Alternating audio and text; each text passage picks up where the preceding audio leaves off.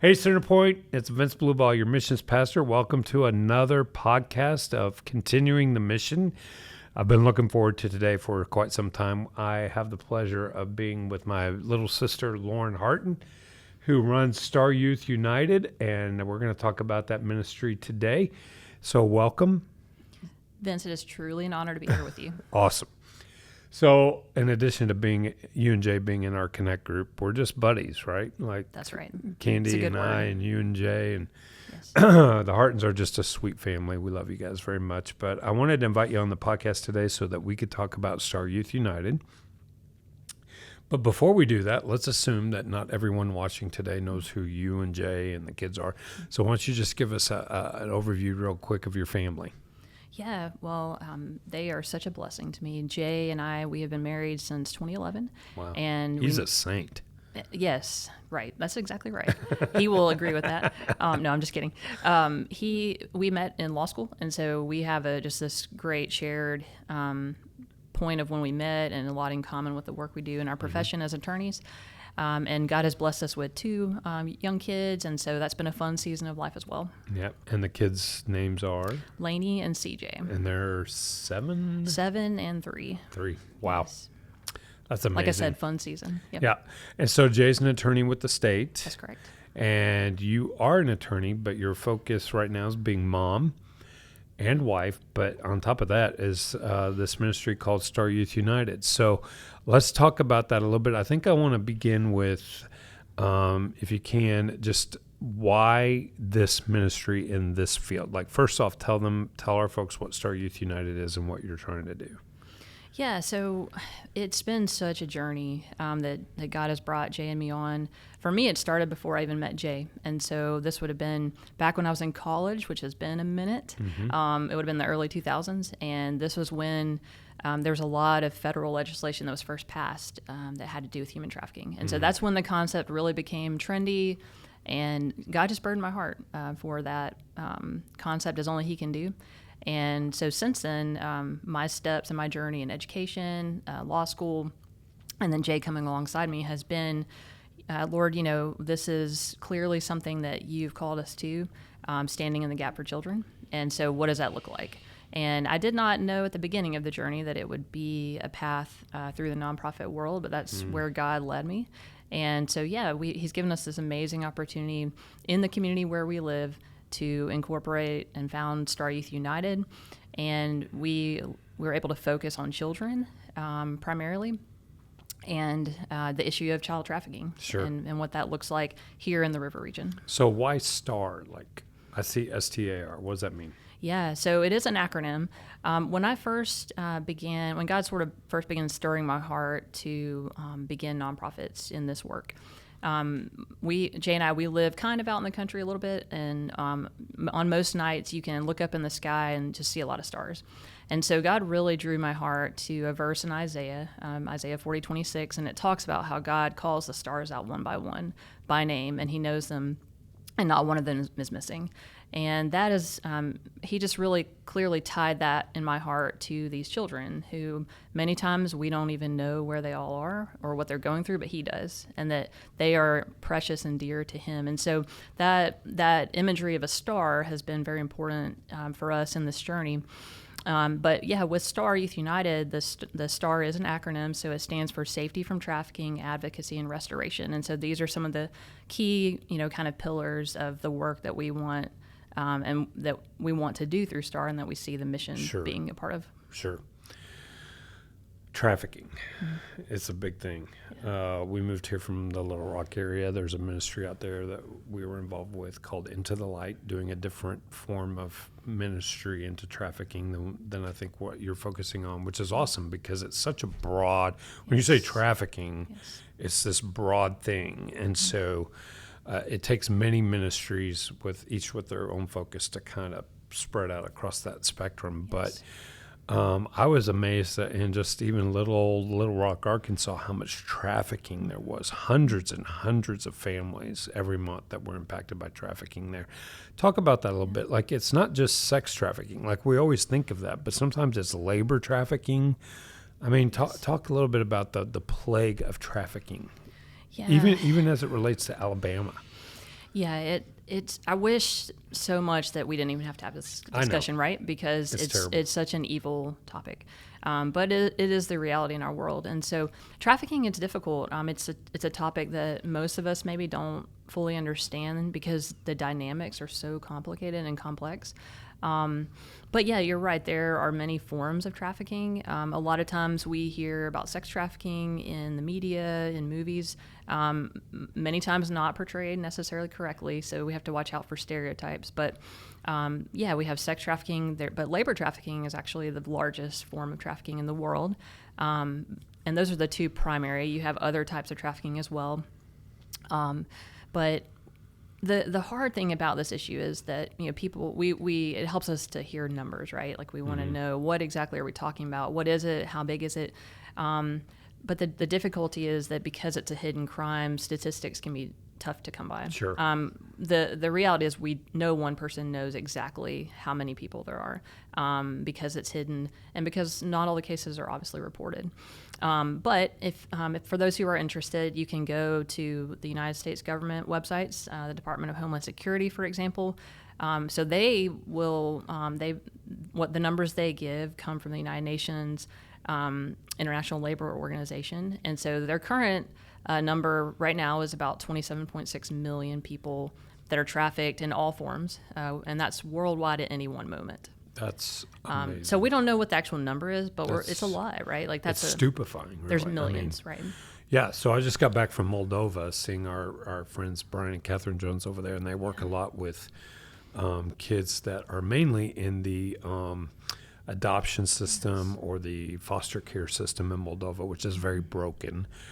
But Catherine was telling me that a lot of the kids they work with in Moldova are trafficked. So it's like at every nook and cranny in this world of ours, I would dare say probably every country on this planet has a trafficking issue. It's just unbelievable.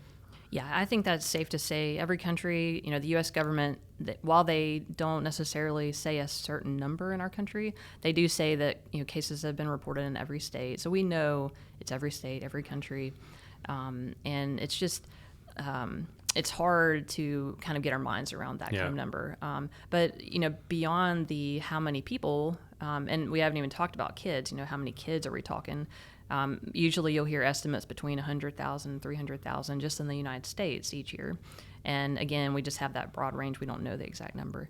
But beyond that, you have to think about the whys behind it, right? And so you start talking about the numbers of like dollars generated. It's literally a multi-billion-dollar industry that's generated from trafficking and the related issues of pornography and so on. Gosh, it's mind-boggling. If we're not careful, we can really let that really depress us to get us down. But there is hope. God is moving. So why don't you talk about what? And I know some of this you're developing because this is a fairly new ministry for you, right? So this is developing as we go along, and I'm excited to see where it's going to go. What do you want Star Youth, at this point, Star Youth United to accomplish to push back some of that darkness and trafficking? Yeah, it is, like I said before, it is such a gift to have this opportunity, especially since with my journey, I've seen quite a number of things, and I've seen people try different things. And so we are just very focused right now on praying, Lord, what is it you want through this vehicle called Star Youth United at this time and in this place? And we have been on this kind of year-long now process of we've talked to people, our team. We have such an amazing team, by the way. I'm looking forward to them meeting more people. Incredible team that God is bringing together. But we have spent this time meeting with people all over the state who are experts in their various fields and from their perspectives on what is happening with trafficking in Alabama and the river region. And so kind of what we're seeing is that there is just this tremendous gap on a local level. Sure. I've seen a lot done on an international level. I've been to Moldova. So you talking about Brian and Catherine, it just speaks to my heart. And I've seen kind of the dynamics of trafficking there and in Europe, internationally. And then there's people working on a national level, like in the United States. Even on a state level in Alabama, but there's not a lot necessarily of focus on the local level. And that's kind of where God's brought us to this place with Star is how can we lock down the river region? That's the terminology that we've been using and praying through. How do we lock it down where we can say that every single thing that can be done is being done to protect children Yeah. in in the river region. And when you start kind of approaching it from that way, it's created a very interesting process where we're starting to see things that maybe we wouldn't have seen before if we were looking at a higher level. Yeah. And so our hope is that wherever God takes us with that, that we'll be able to start at a local level and then work our way back to state, Sure. national, international, because it is all interconnected. Well, it's like a ripple in yeah. a pond. Yeah. Like if Prattville was the center of the pond, you throw a little pebble in there, Yes. it affects the whole pond. Yeah. That's Yeah. amazing. I got to tell you, when I drive around Prattville, I don't consciously think, gosh, somebody, if I'm going to, I don't know, Publix or wherever, Walmart, or just passing by traffic, I don't think, gosh, there's probably somebody I'm seeing today that potentially has been trafficked, but it's here. It is here Yes. in Prattville, in Autauga County, and Montgomery. Yeah, and again, I wish I could say it wasn't. Yeah. But unfortunately, all of our law enforcement officers, that this is part of their world. I know. Our prosecutors, this is what they're on the front lines of this, fighting this evil, and it is absolutely here in our area. And I hope that through STAR we can help to kind of shine a light more Sure. on that as a part of our process. But yeah, it's hard to hear that. I know we were just talking recently about the recent Bibb County case that has been made national news. So that's Sure. not far from us, right? It's terrible. About a county. There's a county between us here in Bibb County, and just it was in one case you kind of see all the dynamics of how evil this can be. But yeah, it's happening across our state, and the hard part, I think, one of the hardest parts, again, is coming back to the complexity and the dynamics. And you start to think, okay, if we're generating billions of dollars, why, right? Like, we can understand there's bad actors and they want to make money for profit, right? But the reality is that you kind of have to look at it from an economic standpoint. So there's a demand, Yeah. especially in the That's sex right. trafficking. So what that means is that the people that we go to work with, and that we go to school with, and that we go to church with, and that we go to shop around, people just like us who are feeding the demand Yeah. through pornography, so we're talking about sexual addictions here on top of greed, right? And so that's the part where you really start to see that this is a spiritual war. It's and terrible. I've seen a lot of people try a lot of things, and there are some great people, advocates out there doing this hard work. But this is part of what's at the core of STAR, is that we have to approach, I believe, this issue from a faith perspective. Yeah. That it's a spiritual war, and so we can only fight spiritual wars with spiritual weapons. There has to be prayer at the center. There has to be God's word at the center, and that shapes our view. And that, going back to your question about how depressing it is, it's so heavy. But that's where we find our hope, that the That's right. blood of Jesus covers this issue. That's right. Just like any other sinful, depravity. And so that's what we hope STAR can be, is that we can help people see what is the issue of human trafficking? What does that even mean? How does it relate to our area here in Prattville? How do we lock down Prattville and protect our kids, because they are treasures made in the image of God, right? And that's what trafficking, and that's what this evil tries to do, is to twist that and say they're just a commodity. But God says, no, they are made in my image. They carry the divine, just like all people, men and women who are victimized as well. And so it's not only an affront against them, it's an affront against God. Yeah. And so we want to, through STAR, convey that message of hope through Sure. Jesus for them. That's why I love your ministry, because even with the food pantries we support and other things, the true answer, it's not just to feed people, it's not just to rescue people from trafficking. A government agency can do that or try to do that, but it's about the greater spiritual need. Like, all the issues that plague our society right now go back to a spiritual issue, not just an education issue or a funding issue or whatever. I love it. Hey, let's talk about your team for a minute. I've met Chris. Yes. So you have this retired colonel guy that is Yes. just dynamo on your board. Talk about him and some of your team that you have around you. Yeah, so we are small right now as we grow, but God has brought some incredible people, like I've said, and so I could speak for a long time about Chris. He has an incredible story, and I'm looking forward to him sharing that more. But God has absolutely, and really many years ago, put this issue on his heart as well, and in just at God's right timing, kind of brought us together as a team. And so I'm so thankful to see, Chris is a great example. We have some other great board members as well, and just to see how God has equipped them with various pieces that are needed in this fight. You correctly said earlier how it's such a broad spectrum of what's needed to truly combat this issue. And so we, as a anti-trafficking effort in Alabama and in the river region, we truly need people from all walks, not just certain professions or backgrounds. It's really all is needed. I mean, I can't think of one that would not be needed because of the complexity. Wow.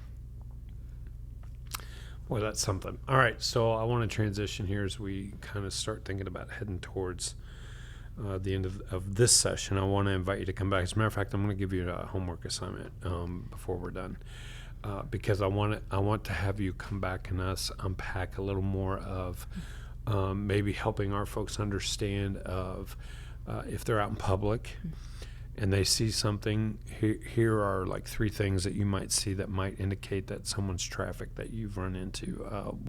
We'll have another episode like that. I want you to address, so you're in my Connect group. We have our own Connect group that we just started. We have 80 of them here in our church. One of the things that I'm trying to do as missions pastor is to not just push missions from the stage or on the website or even the podcast, but push it out to each individual Connect group as a mini faith community within this broader faith community of Centerpoint. You know what I mean?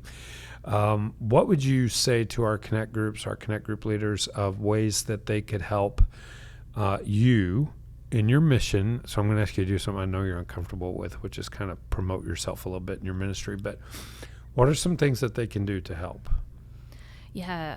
Well, first, let me say to the Connect Group leaders, Jay and I, we have had the honor and privilege of serving as Connect Group leaders for about 10 years. And so this fall, we're taking a rest. We're serving as a student ministry Connect Group leaders still, but taking a little rest from the adults who we love our group. But I just want to say that, I love you guys, and I'm thankful for each of you.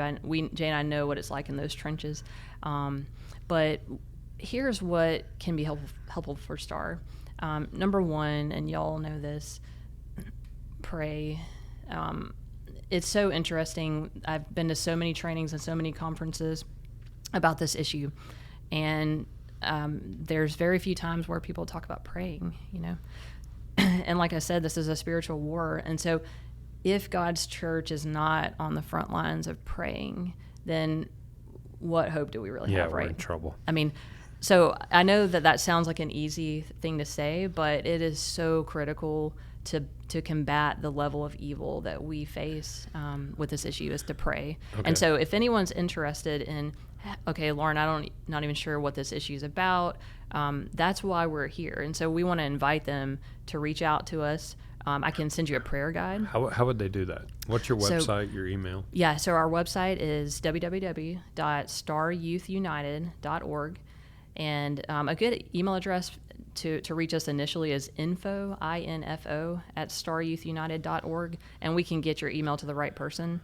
But you can easily reach us there, or Vince obviously knows where to find me.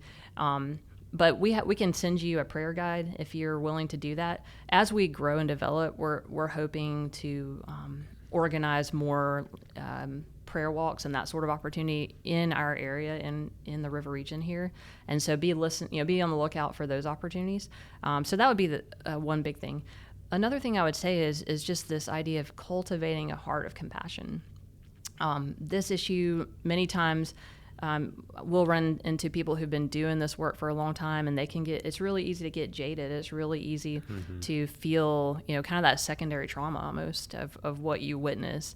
And so that can happen for us who maybe aren't on the front lines as well. And so I think that when we start to think about how do we cultivate a heart of compassion, that brings us back to the heart of God. And so when you hear stories in the media about human trafficking cases, either in the river region or elsewhere, like ask God, how do I have a heart of compassion for this, for the victims, for everyone involved?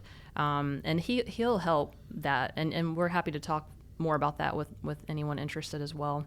But another thing too is for those who, say, okay, Lauren, like I'm going to pray. I want to cultivate a heart of compassion, but I want to understand this issue, and I want to understand how can I get involved. Going back to Chris, you mentioned, he has already helped us develop, we're kind of calling it a syllabus, but it's basically just a very straightforward, okay, this is you're interested in getting involved. We're going to help walk you through some resources that we think are key to helping understand this. And so you kind of do level 1, and then if you're still interested, level 2, if you're still interested, level 3, that kind of a process.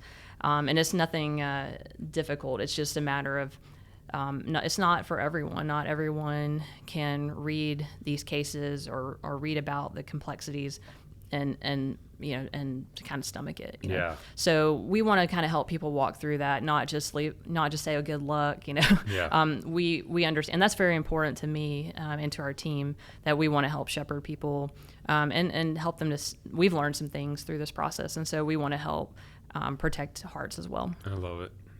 Yeah. I love it that we have one of our own, I say one of our own, a family of our own here at Centerpoint that God has given this ministry to, this burden to. I can imagine at times it gets heavy for you guys to carry that. I would like to encourage our folks to pray for you and Jay and the kids specifically, Chris too, and your board, because they're kind of representing us at Centerpoint, representing us on that front line of that ministry. And I can't imagine how dark it can be. I think it's important to say we don't focus on the darkness, we focus on the light. That's right. Because the darkness cannot overcome the light, even though sometimes we feel overwhelmed and buried. But at the end of the day, God will be victorious. And even those victims right now who are being trafficked, the Lord sees them and is watching and is with them and is trying to send help, or is sending help in the form of you and many others who have ministries and stuff in this. So, okay, so we're going to wrap this up. I want to remind folks, give them your website one more time. Yeah, so it's www.staryouthunited.org. Okay, and info? And then email address info @staryouthunited.org. Okay. And I think I want you to end with one more word to them of maybe something that God put on your heart right now that you would call us to action about in this with you. Yeah. I was thinking about, as you were, it was so well said, Vince, what you said about the light overcomes the darkness with Jesus. And I'm thinking back to a time when I had the just a great honor to visit one of my dear friends in Athens, Greece, who has been a long time anti-trafficking advocate. And after kind of walking through brothels and seeing the red light district there, it was very heavy. And this was years ago, and I felt that heaviness, and I kind of felt that depression of, this is insane. And how in the world do we even hope to combat this level of evil? And my friend, who is a believer, she encouraged me with just reminding me that even though it's an issue way above our understanding and our abilities, that Jesus, like, he understands, and he knows where every single person is. He knows what they've gone through. He understands it. He went through the greatest suffering that we could ever imagine himself. And so that's the Jesus we follow. That's right. And so she really lifted my spirits, and I will never forget that encouragement. And so that is what I hope to convey to our church family and to those listening and to our team is, we just have this, we hope through STAR to extend this invitation for anyone who cares about protecting kids to come to the table, and let's do this as a community. Let's say we're going to plant the flag and say, children are worth protecting, that they are made in the image of God, and that it's not going to happen here. And so I would just hope that everyone would pray about accepting that invitation and come to the table and help us. We absolutely cannot do it on our own, and we recognize our limitations, but that's good because that makes us dependent on the Lord. Yeah, that's and right. His resources are infinite. His economy is infinite, and so that would be my call to action. Okay. One more time at the risk of being redundant. Website. Yeah, so www.staryouthunited.org. And email. info@staryouthunited.org. Okay. And Lauren and Jay Hartin. Thank you so much for being here. Thank you for having me. So when you come back, here's your homework assignment. And then we'll wrap this up. We've talked about Moldova. Keena and I used to live in Holland when I was in the military. We lived near Amsterdam. Certainly trafficking going on there with their red light district and whatnot. We can think about this in big city, global, this thing that plagues our entire planet. I think I want to have you back for an episode and maybe bring Chris with you. And let's talk about maybe some things you've discovered about trafficking specifically to the river region. And maybe if you can gather some numbers, even though I know that's a little subjective, but maybe to give us an idea of what we're dealing with in our own backyard. Right here, I think it's important to discover that it's a local problem, not just a global problem. So, hey, thanks for being here. Thanks for having Appreciate you. We'll have you back. Sounds good. All right. Thanks for watching. Again, go to the website, send them an email, get those prayer requests that you can pray about in your Connect group. We certainly will in ours. And join us for the next podcast of Continuing the Mission. Thank you, Marty, for being here. Marty's awesome. She's smiling, everybody. So thank you, and we'll talk to you later.